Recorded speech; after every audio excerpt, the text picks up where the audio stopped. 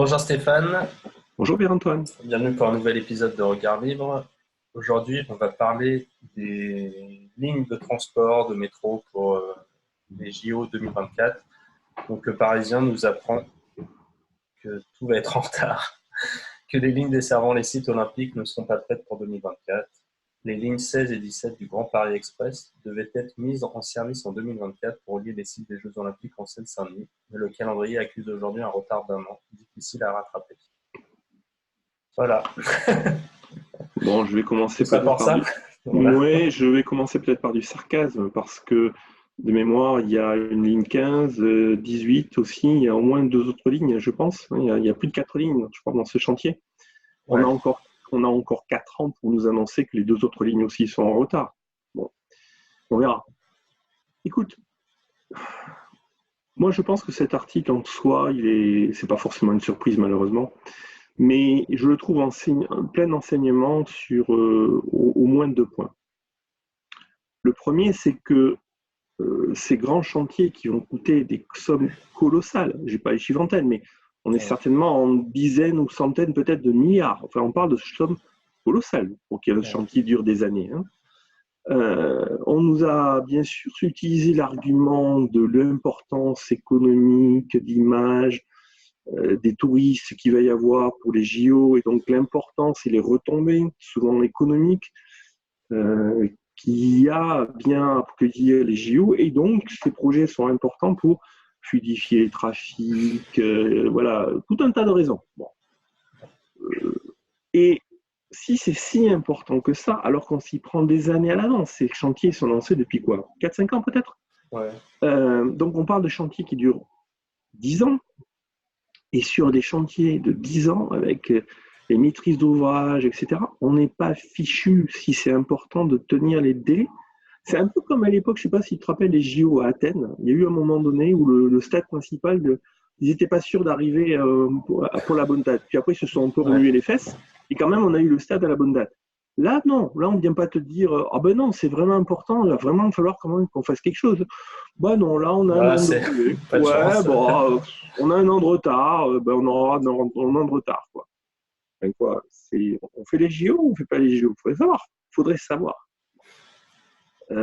Donc, bon, ça montre bien que l'argument des JO était un argument foireux, parce que si c'était vraiment important, bon, voilà. Ouais. Ça, c'est le premier argument, et malheureusement, on trouve ça sur plein de chantiers, et donc le gabegie du temps, les gens qui n'ont pas à voir. Il y a des gens qui ont investi, on voit passer des pubs, mais des gens qui investissent pour ces lignes, en Ouais, faisant le dans pari l'immobilier, voilà. dans l'immobilier.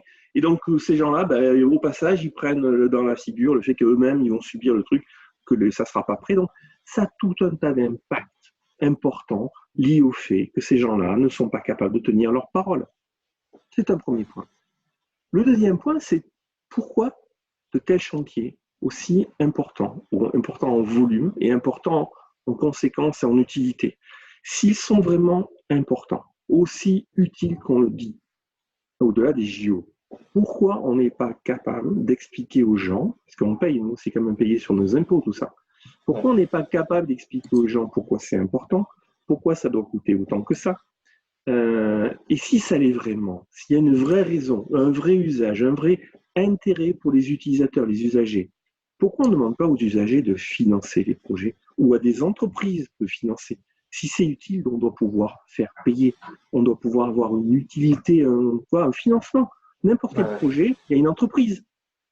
Moi, mon raisonnement consiste à dire, si on passe par des arguments comme les JO d'un côté, et on passe par des financements publics, c'est qu'il y a bonne chance que finalement ces projets ne vont pas être aussi utiles et importants qu'on nous le dit au départ. Tu vois ce que je veux dire? Ouais, bah oui, bien sûr. C'est c'est toujours étonnant en fait que on puisse faire ce genre de comment dire. C'est que c'est ce que tu dis, hein, c'est que si ces projets étaient vraiment utiles, ils se financeraient tout seuls. Et en fait, ce dont on se rend compte, c'est que ces projets pharaoniques, souvent on reproche aux libéraux, aux capitalistes entre guillemets, de dénaturer, enfin voilà, tu sais, de vouloir mettre des autoroutes partout, des parkings partout. Sauf que là, non.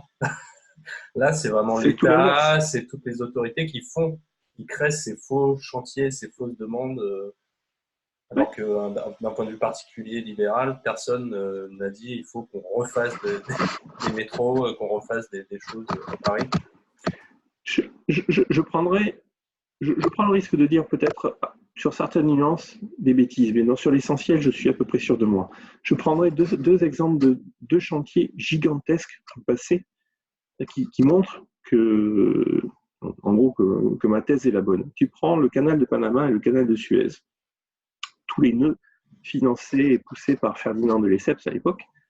Le canal de Panama, c'est une caricature, hein, quand tu regardes comment c'est fait, c'est un ensemble. Enfin, il y a les circonstances du terrain font qu'il n'y avait pas énormément de choses à faire, mais néanmoins, c'est un chantier gigantesque du 19e siècle qui a été financé par des entreprises, des banquiers, etc., et qui est financé encore aujourd'hui. C'est une société, bon, okay, qui est financée par le péage que les bateaux payent pour pouvoir passer et de ce fait éviter de faire tout le tour de l'Amérique pour traverser. Donc c'est un chantier colossal, pharaonique, comme tu dis, qui a été financé par des privés, qui est d'une initiative privée, et qui est encore aujourd'hui financé comme une entreprise et qui génère des revenus, qui est coté en bourse, etc. Pourquoi on ne fait pas la même chose avec les autoroutes, avec les métros, etc. La réponse est bien sûr évidente, c'est que en fait, ces trucs-là vont coûter beaucoup plus cher qu'ils vont rapporter, ou en tout cas les financements sont extrêmement compliqués et ne motivent pas les entreprises à participer. Et donc, autrement dit, ce sont les contribuables qui vont payer, qui ne sont pas, les contribuables n'étant pas forcément les usagers. Okay, ouais. Et donc, forcément, ces chantiers-là, de ce fait, montrent qu'ils ne sont pas utiles à hauteur de l'intérêt des usagers. C'est pas vrai. Sinon, les gens pourraient payer. Il faut alors, la question, ça serait alors pourquoi y a-t-il ces grands chantiers?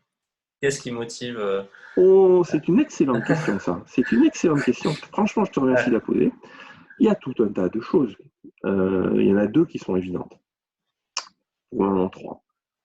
La première, c'est que, pour revenir sur les jeux, c'est bien ça fait bien de la part d'Hidalgo de pouvoir dire, moi, les jeux, j'assure, c'est tellement important, je les ai tellement bien organisés que j'ai même prévu les métros qui vont autour. Moi, je prends les jeux sérieusement. Regardez le beau boulot que j'ai fait. Regardez tout ce que j'ai fait pour mes citoyens. Voilà, ça c'est le premier. Hein, regardez, voilà, l'ego, je suis un très bon politique, regardez tout ce que j'ai fait pour vous. Il y a le miroir de ça qui sont les entreprises qui participent. Ouais. Les gens qui prennent du fric au passage sur ces chantiers. Parce que si ces chantiers durent longtemps, s'ils coûtent très cher, etc., c'est qu'il y a de l'argent qui circule et qui part. Ouais. Et donc forcément, il y a des entreprises qui palpent au passage. Alors évidemment, ce ne sont pas forcément là en l'occurrence des entreprises très regardantes, hein, c'est évident. Mais c'est évident, il y a des marchés colossaux, donc il y a énormément de fric à aller chercher.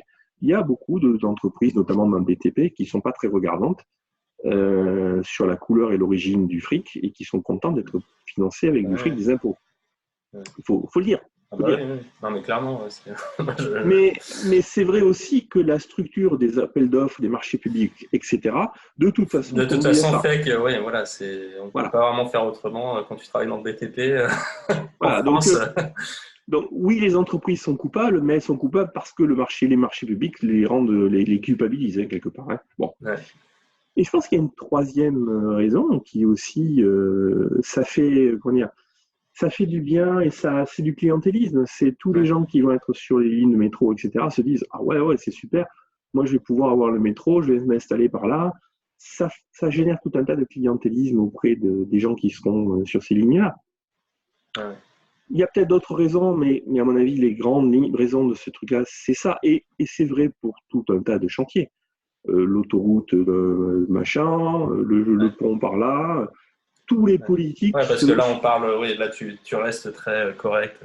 Tu n'avances que des arguments qui sont démontrables, enfin, qui sont faciles. Parce qu'il pourrait y avoir aussi d'autres raisons du style des valises qui passent à droite à gauche entre les politiques, les industriels. Et tout bien sûr. Moi j'imagine bien ça aussi qui fait que. Tu sais, c'est évident que là où il y a des milliards, il y a des chances qu'il y ait des valises. Ouais. C'est évident. Tu noteras que si tu regardes l'histoire du métro de Paris, ligne 1, ligne 2, oui, au etc. début, c'était privé, ouais. Oui. Mais c'est surtout, si tu regardes le temps qu'il a fallu pour que les lignes se mettent en place les unes après les autres. Il a fallu du temps parce que chaque fois, justement, c'était des chantiers, on ne lançait pas 4 lignes d'un coup, comme ils le font ici, justement parce que financièrement, c'était extrêmement lourd. Et donc, personne ne prenait le risque de lancer de tels travaux pharaoniques, parce que du point de vue du fric, c'était juste impossible à gérer autrement. Tandis qu'avec l'argent public, quand tu fais payer les contribuables 1 milliard de plus, 1 milliard de moins, on n'est plus à ça près. On rajoute 5%. Là, on peut lancer 4 lignes d'un coup, pas de problème. C'est pas nous qui payons, c'est les contribuables. Et c'est d'ailleurs, enfin, là, bon, je sors un peu, mais c'était par rapport au point de tout à l'heure où c'est bizarre que les écologistes disent rien sur ça, ce genre de choses. Pourtant, il y a des écologistes, des communistes qui, soi-disant, transition énergétique, environnement, c'est un sujet qui m'intéresse. Quand on fait 4 nouvelles lignes de métro, c'est pas innocent d'un point de vue environnemental. Mais l'écologie, c'est pas une contradiction. Tu sais, il y a une tarte à la crème classique qui sont les voies de bus en ville. C'est typiquement quelque chose qui vient et qui a été appuyé par beaucoup d'écolos de mettre des voies de bus parce que ça permet de prendre les transports en commun. Les transports en commun réduisent les voitures, donc c'est bien. Donc les voies de bus sont bien. Et puis tu te rends compte qu'en fait, en certains endroits, les voies de bus ou les voies sur berge, aussi pareil, sont beaucoup moins employées que les voies normales. Donc la densité de trafic sur les voies de bus est bien inférieure que sur les voies normales. Les voies normales, par contre, ont une densité qui augmente. Donc, en fait, on a de la pollution qui augmente sur les voies normales et une sous-exploitation des voies sur bus. Et donc, au bout du compte, le bilan carbone, le fameux est loin d'être aussi favorable qu'il paraît. Et évidemment, c'est compliqué pour un écolo de dire « Ah mince, finalement, je n'avais pas vu le truc venir et au bout du compte, ça se retourne contre moi. » C'est l'histoire sans fin. Je ne sais pas si on réussira un jour à... Mais ça, c'est un autre discours, c'est l'utilitarisme en général. L'utilitarisme tente de prendre un angle de vue, etc. Mais comme il n'a pas une vision concrète que chacun de nous peut avoir terrain de ce qui est pertinent de faire ou de ce qui n'est pas pertinent de faire, l'utilitariste se trompe toujours en termes de critères. Il a une vue macro qui est jolie, mais qui n'est pas celle de la réalité. Et donc, il fait tout un tas d'erreurs qui s'accumulent, etc. Et au bout du compte, les décisions des utilitaristes par rapport à ceux qui, comme nous, laissent faire les gens décider localement, se trompent toujours forcément. Justement parce qu'ils n'ont pas la capacité, c'est pas possible d'avoir la finesse de prise de décision que le marché libre peut avoir, parce que le marché libre laisse faire des décisions locales en fonction du contexte, le bon sens joue, etc. Alors que l'utilitarisme prend des grandes décisions macro qui occultent tout un tas de choses. Autre chose à ajouter sur le Grand Paris Express Juste que je prends le pari que, si je puis dire, qu'avant 2024, les 2 autres lignes seront aussi en retard. Ok, très bien, les paris sont prêts alors. Merci Stéphane. Je t'en prie.